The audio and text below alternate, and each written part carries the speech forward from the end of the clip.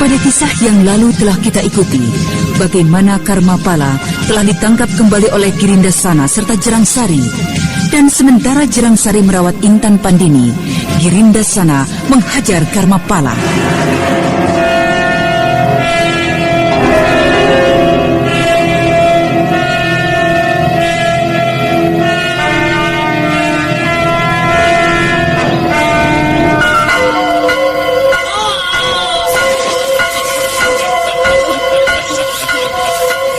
Bagaimana? Masih merasa tinggi hati? Hah? Rasakan nanti. Ayo, kalau mau balas sekarang, jangan nanti-nanti. Kalau gurumu tahu, kalian menangkap dan menyiksaku. Bodoh! Guru sendiri yang memerintahkan aku menangkapmu kembali. Tidak mungkin. Apa yang tidak mungkin, ha? Gurumu dan aku akan bersekutu. Kalau saja kau tidak terlalu menghina guru. Ini rasakan. Kakang Girinda, jangan. Apa kau mencegahku, Sari? Jangan sampai bocah ini mampus, Kakang. Yang Mulia memerintahkan membuang anak ini ke sumur bawah tanah, biar menemani Purbaya di sana. Tidak, jangan. Kenapa jangan, bocah hebat? Ampun, jangan masukkan aku ke dalam sumur bawah tanah itu. Memangnya kenapa di sumur bawah tanah itu? Jangan, ampuni aku. Aku tobat. Asal jangan masukkan aku ke dalam sumur yang mengerikan itu. Tolonglah aku. Kalau begini, baru kau lupakan kesombonganmu tadi, ha? Ampun, saya tak akan sombong lagi. Ampuni saya, Paman. Sekarang kau memanggilku Paman, bukannya pendeta Gunur yang jelek, ha? Ampun. Di bawah sumur sana saja, kau melolong-lolong minta tolong. Kau manusia licik yang tidak bisa dipercaya. Ampun.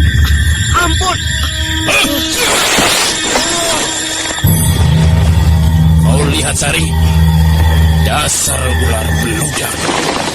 Mukanya melolong-lolong minta tolong, tapi diam-diam dia cabut senjata untuk menusukku. Cepat lemparkan dia ke dalam sumur yang mengerikan itu, Kakang. Mari.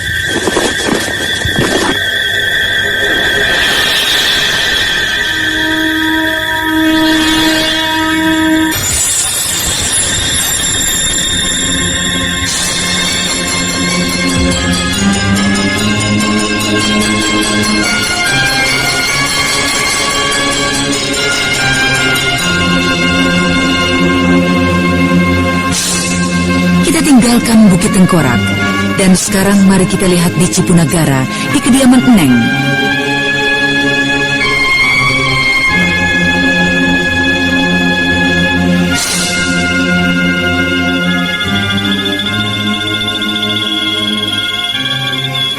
Wulan, apa yang akan kita lakukan sekarang? Apakah kita harus berdiam diri dan berlatih terus-menerus? Kita akan menyerbu ke Bukit Tengkorak. Aku harus segera membebaskan Raden Karmapala dan Raden Purbaya. Kita bertiga? Ya, kita bertiga. Atau kalau Teteh takut, Teteh tinggal saja di sini. Enak saja, aku ikut, Wulan. Bocah-bocah ini bicara ngawur saja. Kau pikir sarang jerangkong hidup itu seperti apa? Menyeramkan. Masuknya saja sulit, keluar lebih sulit lagi. Nenek Dewi sudah tahu tempatnya? Sudah. Jauhkan dari sini, Nek. Bila ilmu lari cepatmu sudah memadai, setengah hari akan sampai. Aku tak akan bisa lari seperti kalian. Jangan khawatir, Teteh. Ku tak akan kita tinggalkan. Kalau begitu, ayo kita berangkat. Aku ingin sekali ketemu anakku, Wulan. Hus, jangan omong kosong. 10 kali kita bertiga juga masih belum mampu menggempur jerangkong hidup. Habis, kita biarkan saja orang-orang yang kita sayangi tersiksa di sana, Nek. Paling tidak kita akan berusaha, Nek. Berusaha secara ngawur begitu, sama juga bunuh diri. Wulan? Iya, Nek. kau tahu di mana eyangmu Wanayasa saat ini berada? Tidak, Nek. Siapa lagi yang dapat kita ajak bekerja sama untuk menyerbu Bukit Tengkorak? Sayang sekali, kami semua berpisah ke arah yang berbeda. Akan tetapi, untuk menemukannya, kita dapat meminta bantuan perguruan tongkat merah.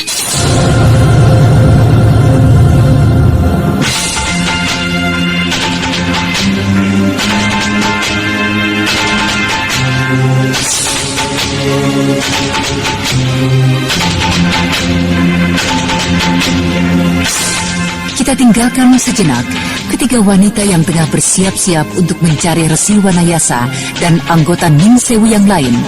Dan marilah kita lihat apa yang terjadi dengan Raden Karmapala dan Raden Purbaya di Bukit Tengkorak.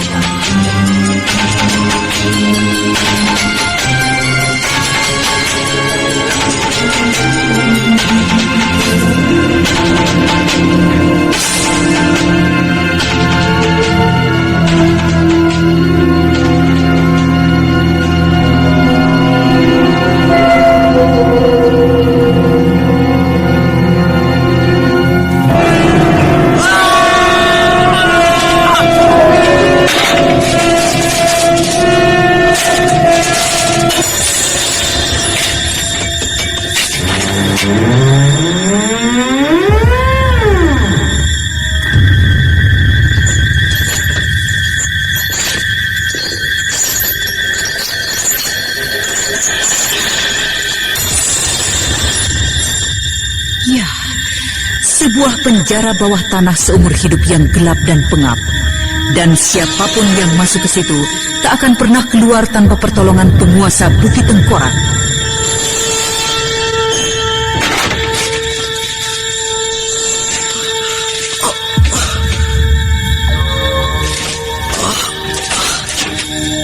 Mengapa akhirnya begini? Begini gelap dan pekat. Bahkan tangan sendiri rasanya tak terlihat. Semuanya harus kuraba. Di depanku, di belakangku, dan di sekitarku. Entah ada apa. Aku meraba sesuatu. Entah apa. Barangnya halus, agak bulat seperti tempurung. Tapi ternyata ada lubangnya. Bukan lubang, hanya lekukan. Ya, lekukan. Ini ada satu lekukan lagi. Satu di kiri, satu di kanan. Lalu agak ke bawah ada lekukan lagi. Lalu ini kelihatannya seperti sederetan gigi. Tengkorak.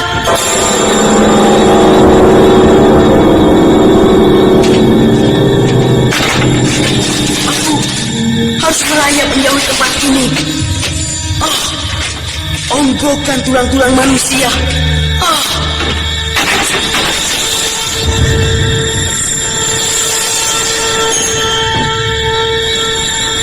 Penjara bawah tanah yang mengerikan itu, Karmapala jatuh pingsan.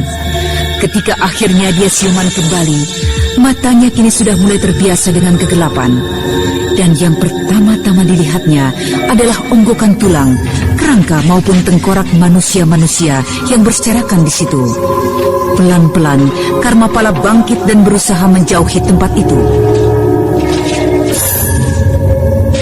Pokoknya jauh dari tempat mengerikan ini. Meskipun harus merangkak dan meraba-raba. Apa tadi? Sepertinya aku menginjak sesuatu yang agak licin dan lunak. Apakah ular? Orang berarti ular itu. Akhirnya dilempar ke sini juga. Orang atau setankah kau? Kaulah orang yang berarti setan. Setan kau. Siapapun kau adanya. Ayo, ngakulah siapa kau. Orang yang paling banyak merasakan kejahatanmu. Lupakah kau akan suaraku? Kau, setan miskin. Kau Purbaya. Ya, benar. Kau pasti Purbaya. Manusia yang paling banyak mendatangkan kesialan bagiku. Bahkan, sampai di sini ini pun juga karena kesialanmu. Karma pala. Bahkan di tempat seperti ini, dalam keadaan seperti ini, kau masih saja mengumpat-umpat dan menyalahkan orang lain. Memang kau sumber kesialanku. Hei, mengapa kau diam saja?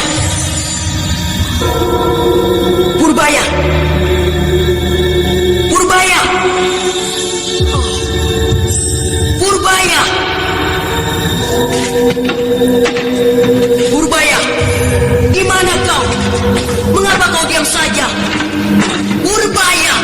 Jawab! Aku adalah junjunganmu. Ayo jawab! Jangan membuat aku marah, Purbaya. Setiap gerak selalu kena tulang kering melulu. Baiklah, tulang-tulang ini bisa juga menjadi senjata. Kalau kau tidak mau menjawab, jangan salahkan aku kalau kau kena tulang-tulang ini. Ku hitung sampai 3.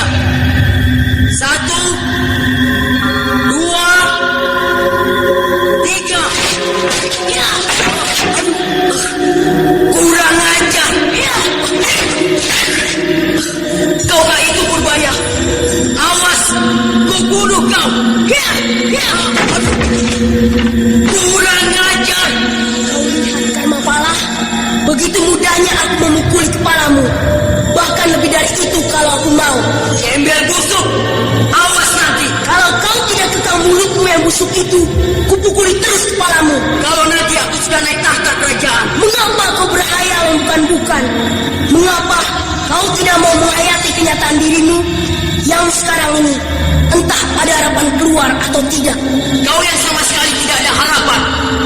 Tapi aku, Jelangkung hidup pasti menguatkanku. Jelangkung hidup sayang padaku. Kalau dia sayang padamu, tak mungkin dia melemparkanmu ke sini. Dasar pangeran miskin, pangeran Sudra. Karma Pala, jangan sekali-sekali kau ucapkan kata-kata itu, supaya tidak timbul keinginanku untuk membalasmu. Siapa takut pembalasanmu? Benar-benar tak tahu diuntung. Siapa yang tak tahu diuntung? Kau pangeran melarat, gembel, jelek. Karma Pala, kuperingatkan yang terakhir kalinya. Mana mungkin kau berani membalas dendam padaku? Kau sadar benar, kau berhadapan dengan aku, sang putra mahkota.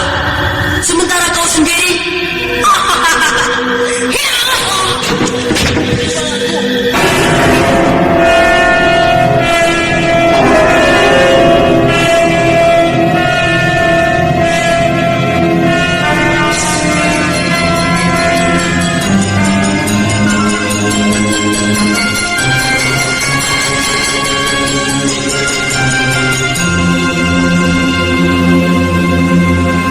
lama kita tinggalkan Saka Palwaguna yang ditemani oleh Sariti mencari Eyang Wanayasa, guru dari kelompok Ningsewu.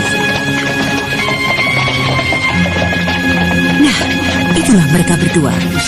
Marilah kita ikuti apa yang kelihatannya begitu asyik mereka bicarakan.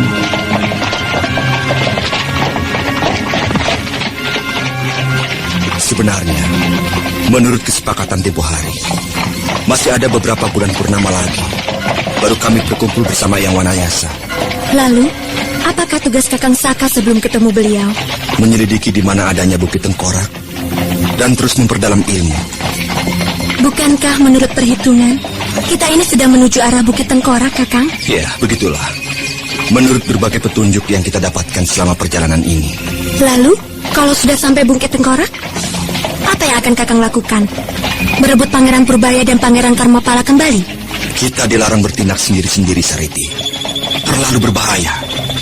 Tugas kita hanya menyelidiki, terus segera kembali. Mengapa perlu menunggu begitu lama sebelum menyerbu Bukit Tengkorak, Kakang? Karena Eyang masih perlu mendalami ajian kincir metu tingkat tinggi itu. Kami semua juga perlu bersiap lebih matang. Jadi, dalam hal ini sebenarnya Kakang masih cukup punya waktu? Iya. Kalau begitu, Kakang Kakang, Ya, boleh saya usul? tentu saja. Apa usulmu? Maukah Kakang saya ajak berbelok arah sebentar? Kemana? Ke kota Lemah Abang, sebuah wilayah kecil yang arahnya tidak terlalu jauh dari tujuan kita. Kalau Kakang Saka mengizinkan dan saya mau melihat keadaan perguruan tongkat merah di sana. Hitung-hitung sambil menyelam minum air. Begitu Kakang. Iya, saya rasa ini akan menjadi selingan yang menarik. Kakang Saka mau? Tentu saja. Mengapa tidak? Kau sudah begitu banyak berjasa. Kakang jangan begitu. Begitu pula pimpinan perguruan tongkat merah telah banyak juga berjasa pada kami. Tugas kita memang saling membantu, Kakang. Bukankah kita sama-sama dari golongan putih? Benar, Sariti. Nah, sebaiknya kita percepat lari kuda kita supaya kita bisa sampai ke kota kecil itu sebelum malam. Baik, ayo.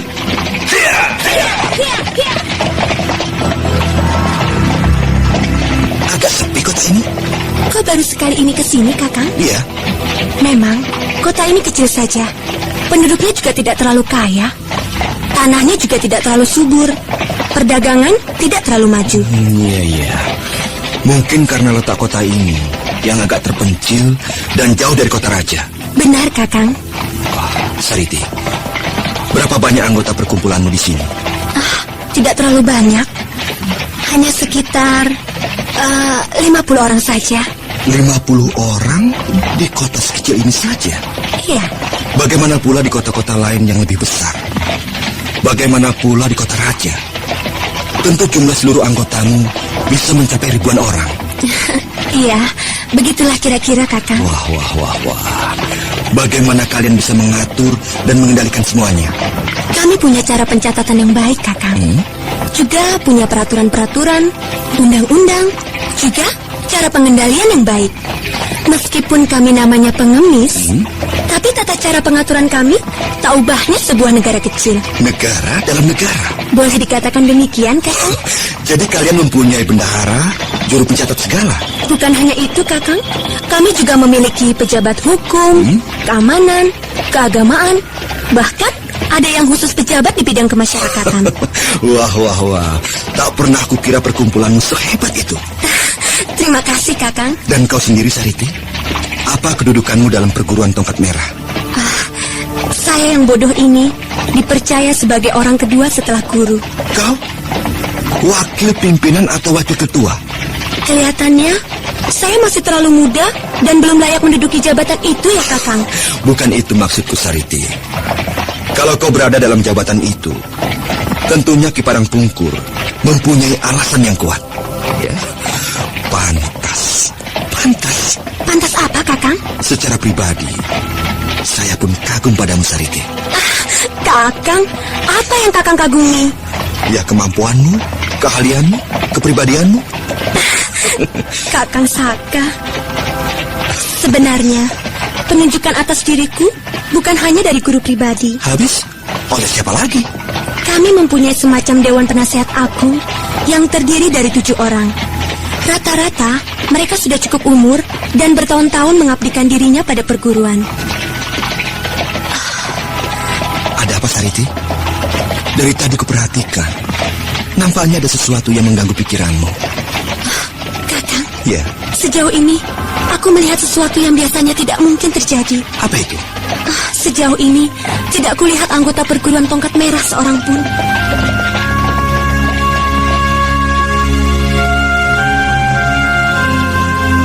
Apakah itu sesuatu yang luar biasa? Sangat luar biasa. Saya khawatir ada apa-apa dengan orang-orangku di sini, Kakang. Ya. Mari sama-sama kita selidiki, Sariti.